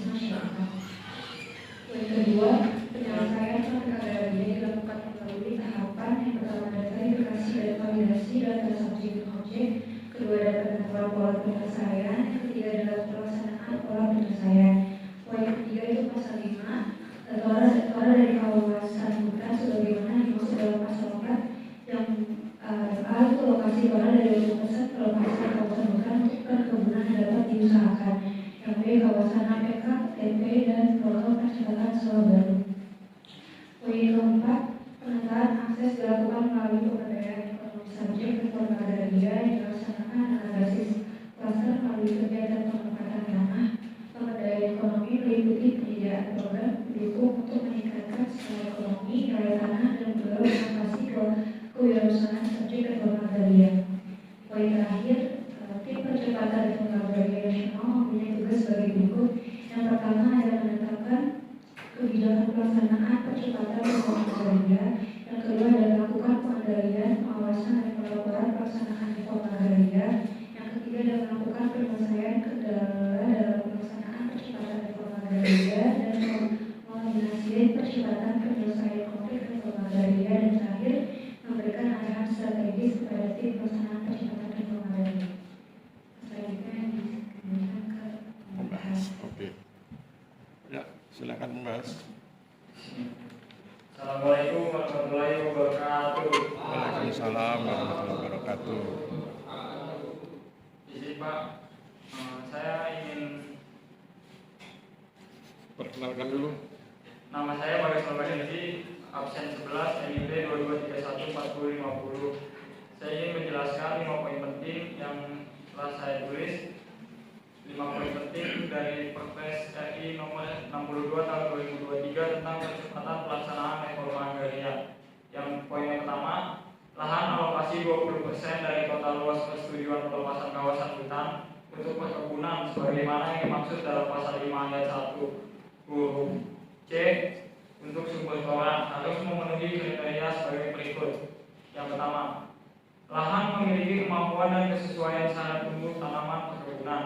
Yang kedua, lahan berstatus bebas konflik agraria dan statusnya telah dilepas dari kawasan hutan. Yang ketiga, lahan tidak berada pada daerah rawan bencana. Poin yang kedua, dalam hal ini di desa dan lokasi lahan 20% dari total luas pelepasan kawasan hutan untuk kebun masyarakat tidak terdapat masyarakat penerima. Lahan dapat diberikan kepada masyarakat yang berdomisili. Yang pertama, di desa atau kelurahan yang berdekatan. Yang kedua, di desa atau kelurahan lain dalam kecamatan yang berdekatan. Yang ketiga, pasal 18. Toran dari hasil penyelesaian konflik agraria sebagaimana dimaksud dalam pasal 4 huruf C meliputi yang pertama, konflik agraria di kawasan hutan. Yang kedua, konflik agraria di non kawasan hutan. Yang ketiga, konflik agraria di lahan transmigrasi. Yang keempat, konflik agraria pada aset badan usaha milik negara. Yang kelima, konflik agraria pada aset barang milik negara dan milik daerah. Yang keempat, pasal 32. Survei bersama bertujuan untuk mempercepat pelaksanaan redistribusi tanah yang berasal dari pelepasan kawasan hutan untuk toran. Poin yang kelima, pasal 39 ayat 1. Penyelesaian konflik agraria dilaksanakan berdasarkan prinsip keadilan dan kepastian hukum. Ayat 2-nya, kategori konflik agraria meliputi yang pertama, perorangan atau kelompok masyarakat dengan badan hukum. Yang kedua, perorangan atau kelompok masyarakat dengan lembaga negara atau pemerintah. Oke, selanjutnya lihat naskah yang dibuat oleh narasumber. Kemudian pilih poin berapa yang perlu dikritik.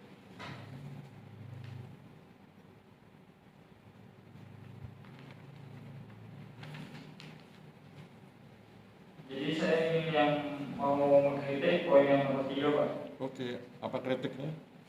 Kritik saya, di pasal 5 ayat 1 dijelaskan bahwa toran meliputi kawasan hutan sebagaimana yang dimaksud dalam pasal 4 huruf A. Salah satunya adalah kawasan HPK, TP, dan program sawah baru. Untuk pertanyaan saya, apa itu kawasan TP dan program cadangan sawah baru? Oke, ya. Silakan Mbak, saya pikir bisa dijelaskan ya. Yuk kita dengarkan. Kawasan PKTP itu adalah kawasan hutan yang penutupan lahannya didominasi lahan tidak berhutan secara yang secara luang dapat dicadangkan untuk pembangunan di luar kegiatan negara. Untuk program pencernaan sawah baru itu ada faktor-faktor utamanya. Itu yang pertama ada faktor terletak pada 3 aspek, yaitu tanah, air, dan petani. Oke, jelas ya? Oke. Sekarang gantian Mbak, narasumber kritik membahas poin berapa?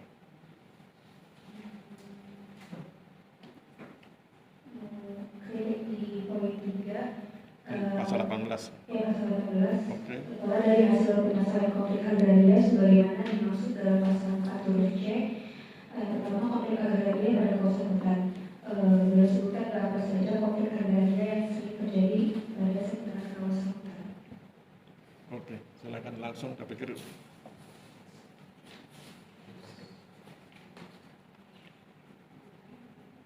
berarti contoh ya, contoh konflik agraria di kawasan hutan. Ya. Jadi konflik agraria yang sering terjadi pada sekitaran kawasan hutan. Yang pertama, biasanya konflik agraria batas desa dengan kawasan kehutanan. Yang kedua, konflik perkebunan sawit dan kawasan hutan. Yang nomor 3, konflik agraria kawasan hutan dengan masyarakat adat. Biasanya konflik-konflik agraria dengan kawasan hutan ini sering terjadi di daerah Riau, Pak. Ya. Bisa cerita, Mas? Ya, dari Riau? Kamu dari Riau? Enggak, saya dari Tangerang. Oh. Tapi saya pernah ke sana, Pak. Oh iya, cerita. Ya. Jadi saya pernah PTSL Pak di daerah sana, dan perkebunan sawit punya masyarakat berbatasan dengan kawasan hutan. Jadi saya banyak susah lah Pak untuk mengambil titik-titiknya itu. Jadi tetangga batasan di hutan juga tidak tahu, yang tahunya cuma punya tanah punya masyarakat itu Pak lahan sawit. Terus bagaimana solusinya? Bagaimana cara kamu membuat peta bidang tanah di kawasan yang berbatasan dengan kawasan hutan? Jadi biasanya kalau udah sampai itu, sebelum ngumpul kita ada yang mendampingi dulu Pak, dari tim kehutanannya itu, dimana untuk ngumpulnya itu batasannya di mana aja gitu yang pastinya gitu Pak. Tapi biasanya kalau batasannya sama kawasan hutan udah ada pelangnya, sama paling batasnya kayak sungai kecil gitu Pak, ada paritnya gitu, jadi itu batasnya. Berarti nggak ada konflik tuh? Awalnya ada konflik dulu Pak, kayak misalnya nggak boleh itu sama kawasan hutannya, tapi pas sudah dijelaskan kita dari petugas hukum mau program ini gitu, program PTSL, nah habis itu dia makluminya gitu. Oke. Berarti dengan kewibawaan ATR BPN ya? Iya Pak. Oke. Oke, saya pikir cukup ya, aplaus buat pembahasan narasumber. Oke. Terakhir, materi ke-5, materi penutup. Sekarang jam 2:40. Ayo, siapa yang kelima? Ayo cepat sebelum asar. Yang narasumber yang mana? Oh. Oke. Sudah difoto belum? Sudah. Yang difoto naskahnya ya, jangan orangnya ya.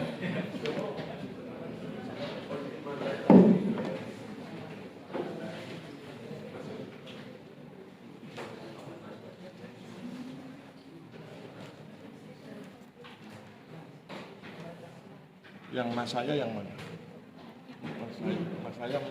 Oh, Mbak yang Dewa Ayu. Oke. Ayo kita dengarkan dari narasumber ya, sudah diposting. Silakan.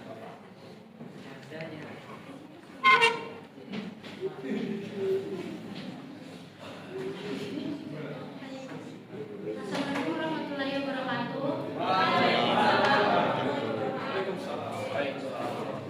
Selamat siang, saya di sini sebagai narasumber dari Sekretariat IST 22314064.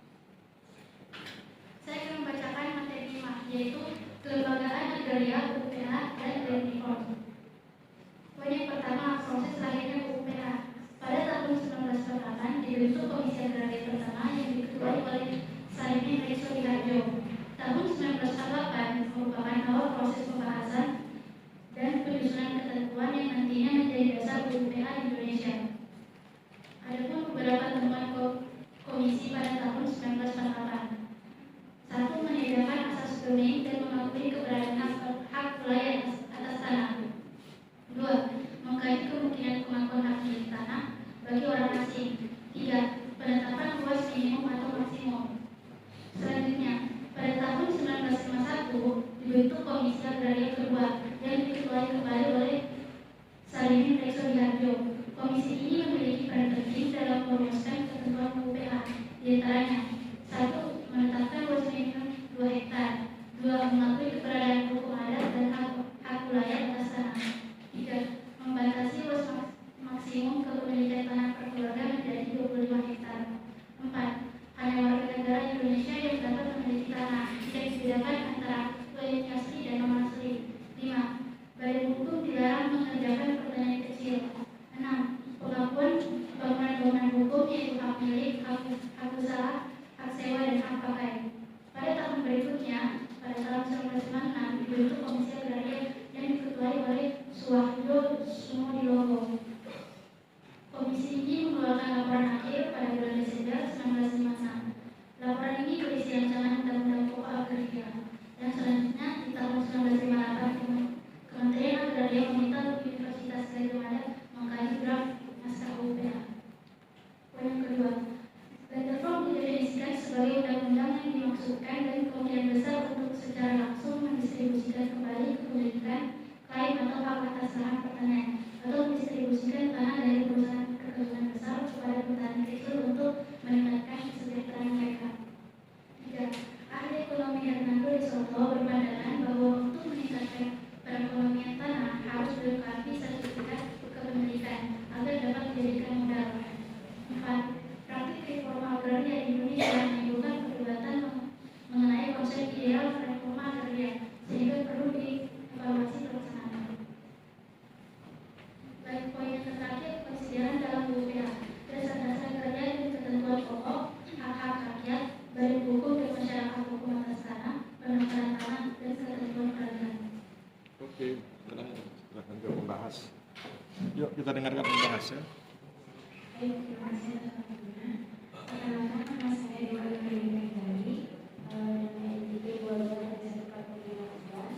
Saya akan memaparkan materi objektif materi ini. Poin pertama, perubahan kelembagaan agraria. Yang pertama, pada tahun 1951 sampai 1959, Kementerian Urusan Agraria, Pusat dan Provinsi dan Kota atau Kabupaten, Kepres nomor 80 atau tahun 1991 dan Kepres nomor 192 atau tahun 1993. Yang kedua, 1954, jabatan penataran tanah di bawah Departemen Kehakiman, Undang-Undang Nomor 24 tahun 1954. Yang ketiga, tahun 1993, Akademi Agraria Jakarta, SK Menteri Pertanian dan Agraria Nomor SK 36 atau KA 1943 tanggal 24 September 1993. Yang keempat, 1994, Akademi Agraria Semarang, SK Menteri Pertanian dan Agraria Nomor 196 kampanye 1964 tanggal 5 Mei 1965.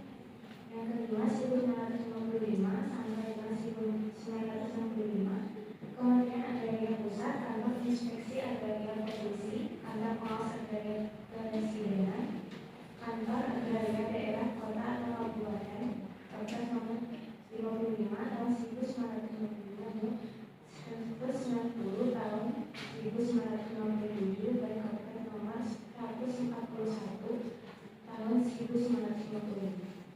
Yang keenam, 1955 sampai 1957, Kantor Agraria Daerah dan Kantor Inspeksi Agraria di Kepresidenan, Kepres nomor 25 tahun 1955 dan Kepres Agraria 27 Februari 1956 nomor SK 35 permukaan.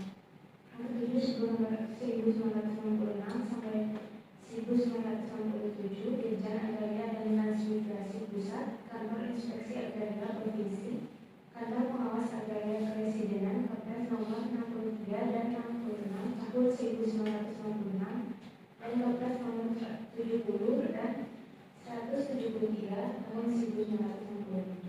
Yang terakhir ada 1967 sampai dengan 1972 Dirjen Agraria Pusat, Kantor Inspeksi Agraria Provinsi, Kantor Inspeksi Tata Guna Tanah Provinsi, Kantor Inspeksi Pendaftaran Tanah Provinsi, Kantor Agraria dan Pendaftaran Tanah Daerah Kota atau Kabupaten, dan Kantor Tata Guna Tanah Kota atau Kabupaten, Kepres nomor UP 1/2/22 41/16 tahun 1968 dan Permendagri nomor 1/2/445381 tahun 1963. Poin kedua, Ranform didefinisikan sebagai undang-undang yang dimaksudkan dan kemungkinan besar untuk secara langsung mendistribusikan kembali kepemilikan atau hak atas lahan pertanian.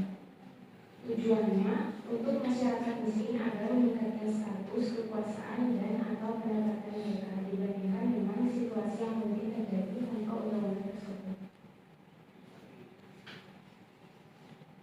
Yang ketiga, lahirnya UUPA. Pada tahun 1948, Sarimin Rekso Diharjo, Ketua, menyatakan bahwa diadakan asas domain dan pengakuan terhadap hak umayyad, mengkaji kemungkinan hak milik atas tanah kepada orang asing, penetapan luasan minimum atau maksimum, lahir Perpu nomor 56 tahun 1960. Pada tahun 1951, Sarimin Rekso Diharjo, Ketua, menyatakan bahwa luas minimum ditentukan 2 hektar, pengakuan hukum adat dan wilayah, pembatasan maksimum 25 hektar per keluarga, badan hukum dalam mengerjakan petani kecil, hanya WNI yang bisa memiliki tanah, tidak dibedakan WNI asli dan bukan asli. Yang terakhir, pengakuan dengan bangunan hukum hak milik, hak usaha dan hak sewa dan hak pakai. Yang terakhir, tahun 1956, Suharjo Sumodiogo, Ketua, sistematika UUPA yaitu tanah dan fungsi sosial ekonomi, hak atas tanah, hak milik, hak usaha dan hak bangunan, kekuasaan daerah swasta, konversi hak-hak baru, hak-hak negara atas tanah. Dan terakhir, laporan yang ketujuh dikeluarkan pada bulan Desember pada tahun 1996 disertai dengan rumusan rancangan undang-undang pokok agraria. Pada tahun 1998, Kementerian Agraria meminta Universitas Gadjah Mada mengkaji draft naskah UUPA 7 bab. Selanjutnya, Presiden Dasar-Dasar Agraria dan Ketentuan Pokok-pokok Hajat, Badan Hukum dan Masyarakat Hukum atas tanah, pendaftaran tanah, ketentuan peralihan, yang terakhir yang UUPA di bawah Kementerian Agraria dengan Menteri Sosial. Poin keempat yaitu Permen Soekarno tahun 1960 sampai dengan 1965 untuk Kementerian Agraria. Yang kedua, meletakkan dasar-dasar kebijakan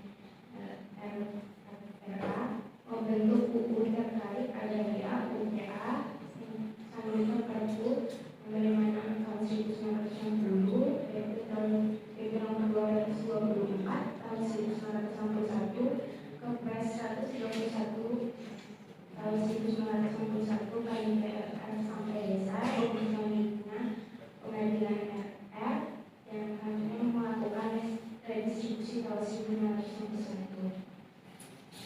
Pada masa Soeharto 1966 sampai 1998, yaitu dari menentukan semua perangkat RR ciptaan Soekarno, kontak RR memvisikan UUPA mengganti dengan program transmigrasi, program revolusi atau program tanah untuk pembangunan dan industri menjadikan Dirjen Agraria kepala Badan BPN. Yang ketiga, ada masalah GHGP pada tahun 1998 sampai dengan 1999. Yang pertama ada Kepres nomor 48 tahun 1999 ini Land Reform menyatakan kembali dan punya UPA tahun 1960 mengusulkan peninjauan kembali ke undang pedoman terkait pengelolaan sumber daya alam dan lingkungan hidup di UPA. Dan terakhir ada poin kelima, ada masa alokasi dan metodologi tahun 2000 sampai 2004 yaitu pertama tahap NPS 9 tahun 2001 peran RA kembali dibuka. Yang ketiga, gerakan sosial terhadap RA semakin terbuka. Yang selanjutnya ada masa Susilo Bambang pada tahun 2005 sampai 2014 mendesain RA dengan pendekatan baru BPAN, A, sementara RR ditambah AN. Yang selanjutnya organisasi aset. Yang ketiga ada PMK nomor 35 tahun 2012. Yang keempat hutan adat bukan hutan negara. Yang kelima perban parliamentary. Yang terakhir ada Badan Sentuh Widodo tahun 2015 sampai dengan 2019 yaitu tentang nawacita. Yang kedua keputusan Tora 9 juta A Perpres 88 tahun 2017 dan Permenko 3 tahun 2018, Perpres 86 tahun 2018 objek, subjek dan DTRA. Yang keempat dari DTRA, yang lima perlindungan sosial, yang keenam legalisasi aset, kelima PTSL dan transmigrasi. Oke, kalau gitu sekarang coba lihat naskahnya narasumber Mbak, kemudian kritik.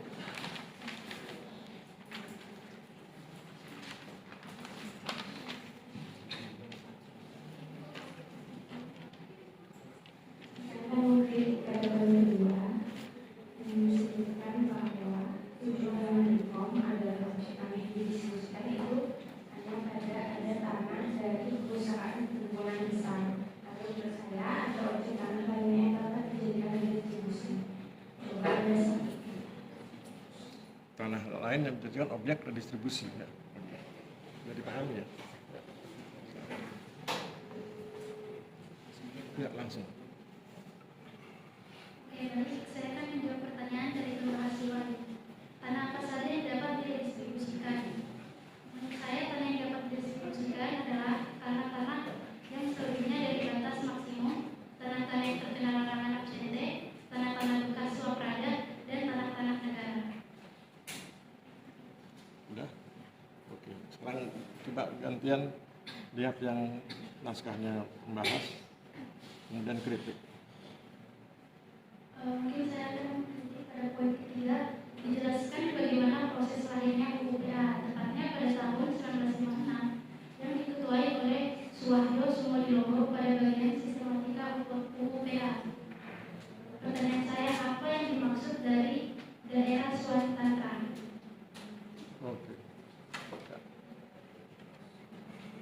Terima kasih. Saya akan bertanya, daerah Swatantra ialah daerah yang diberi hak untuk mengatur rumah tangganya sendiri sebagai yang dimaksud dalam pasal 131 Undang-Undang Dasar Negara Republik Indonesia.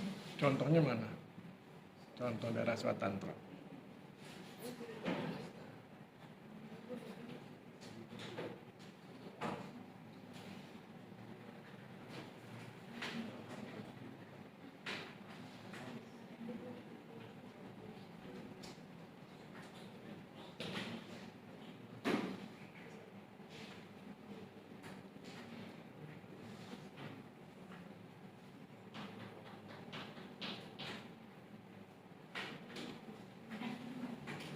Ada contohnya, ya.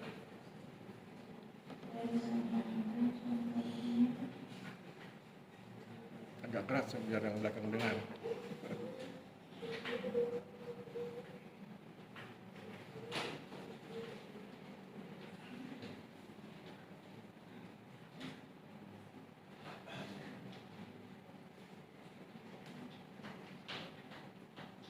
semuanya tidak yang diberikan untuk kontrol mengenai istimewa yang masuk pasal 121 Undang-Undang Dasar 1945. Contohnya?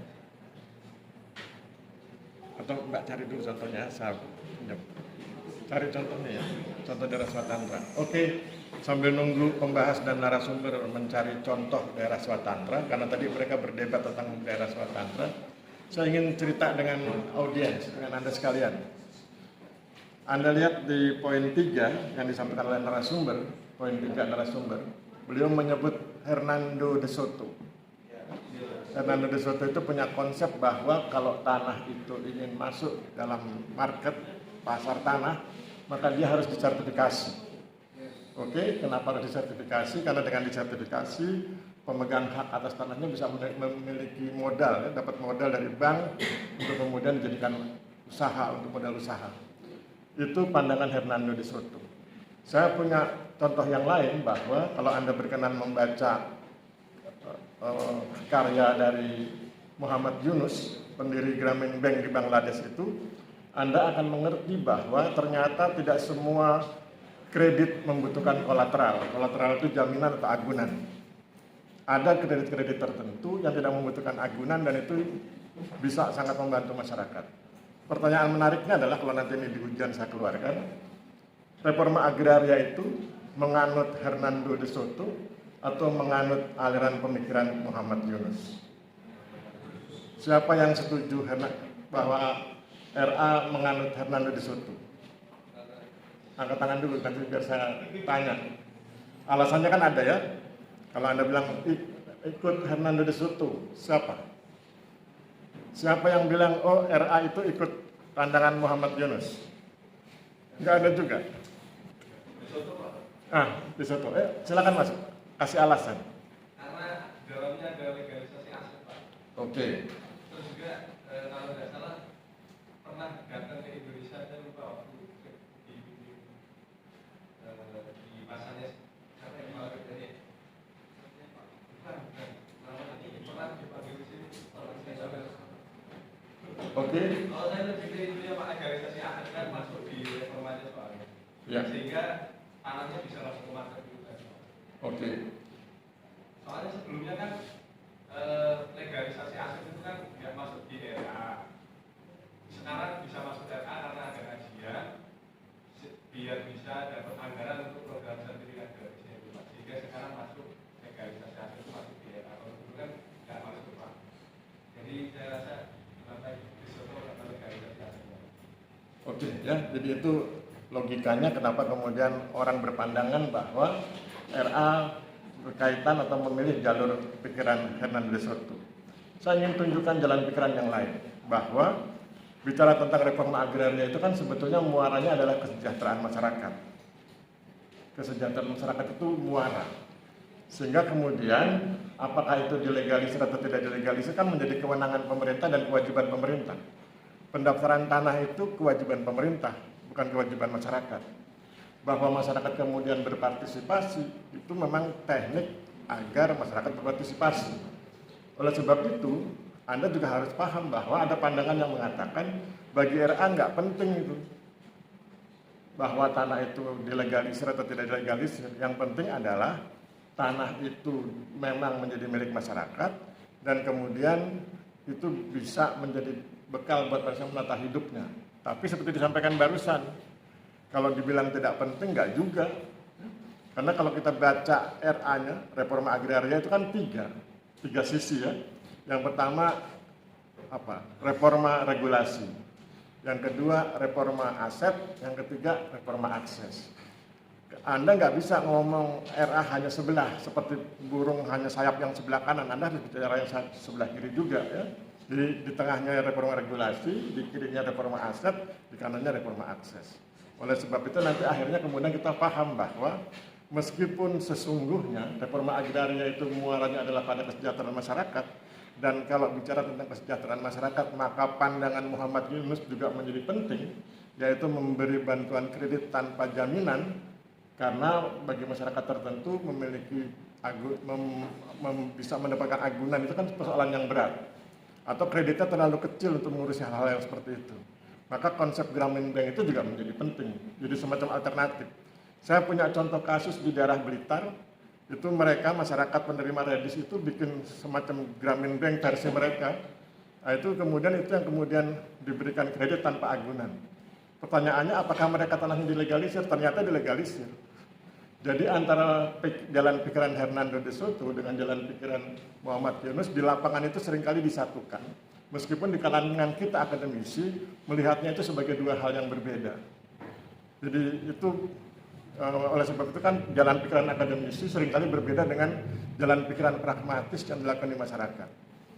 Jadi hasil penelitian saya di Blitar begitu. Jadi mereka penerima redis bikin bank tersendiri versi mereka. Saya lupa namanya itu, tapi ada di laporan penelitian saya. Dan itu kemudian mereka mendapatkan kredit tanpa agunan. Bekalnya adalah kepercayaan karena mereka kan komunitas ya. Bekalnya kepercayaan dan kemudian mereka saling ikat dengan sistem kelompok, satu kelompok sekitar 5 atau 6 orang gitu. Dan itu kemudian saling mengingatkan. Gitu ya. Jadi sebetulnya secara akademis kita tahu bedanya jalan pikiran Hernando de Soto dengan jalan pikiran. Kita cancel sebentar ya.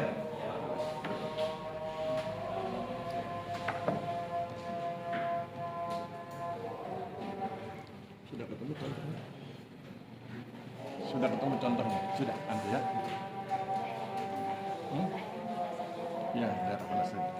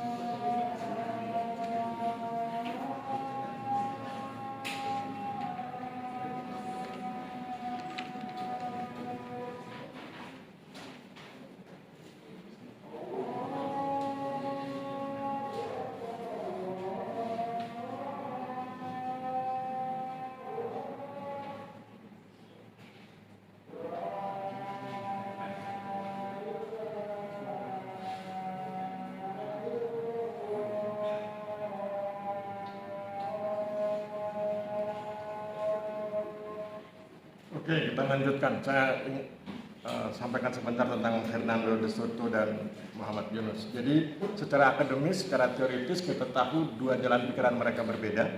Tetapi di lapangan seringkali mereka dipertemukan oleh kepentingan pragmatis masyarakat di lapangan. Contoh tadi saya kasih contoh, masyarakat di Blitar, mereka reforma agraria, mereka kemudian menggunakan konsep Grameen Bank versi lokal, yaitu kredit tanpa agunan, Tetapi kemudian apakah tanah itu tetap apakah tanahnya dilegalisasi? Tanahnya dilegalisasi. Jadi ketika mereka melegalisir tanahnya itu mereka menggunakan jalan pikiran Hernando de Soto, tapi ketika mereka berbagi kredit mereka menggunakan jalan pikiran Muhammad Yunus. Jadi sesuatu yang di level akademis nampak berbeda, di lapangan secara pragmatis seringkali dipersatukan. Gitu ya. Oke, sekarang kita dengarkan contoh daerah swatantra yang akan disampaikan oleh pembahas. Silakan, Pak.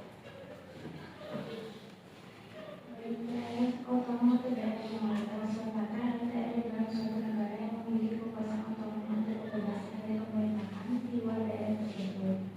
Daerah suatu daerah diberi sistem ini karena keadaan di wilayahnya pemerintah atau penduduk merupakan mayoritas negara tersebut. Contoh daerahnya di Provinsi Riau. Selanjutnya, pada sejarah Provinsi Aceh pada tanggal 2 Mei 1959 itu ada daerah swasta. Salah satu ada Provinsi Aceh disebut daerah ini. Oke ya, cukup. Ya. Oke, aplaus buat pembahas dan narasumber materi kelima. Oke, terima kasih. Silakan kembali ke tempat. Siapa di antara Anda yang punya catatan yang ingin didiskusikan? Pasti nggak ada, takut dimarahi kawannya. Oke ya, kalau nanti punya catatan masukkan aja ke WA Group ya. Anda bisa punya catatan apa gitu, masukkan ke WA Group, nanti kita bahas di WA Group. Sampai demikian kita akhiri pertemuan kita hari ini. Terima kasih pada narasumber dan pembahas. Terima kasih pada Anda semua. Terima kasih pada Komkes. Terima kasih pada pejabat kelas. Mudah-mudahan kita tetap diberi kesehatan dan bisa ketemu lagi di pertemuan yang berikutnya, pertemuan yang ketiga. Ya. Sampai demikian kita akhiri. Wabillahi taufiq wal hidayah. Wassalamualaikum warahmatullahi wabarakatuh.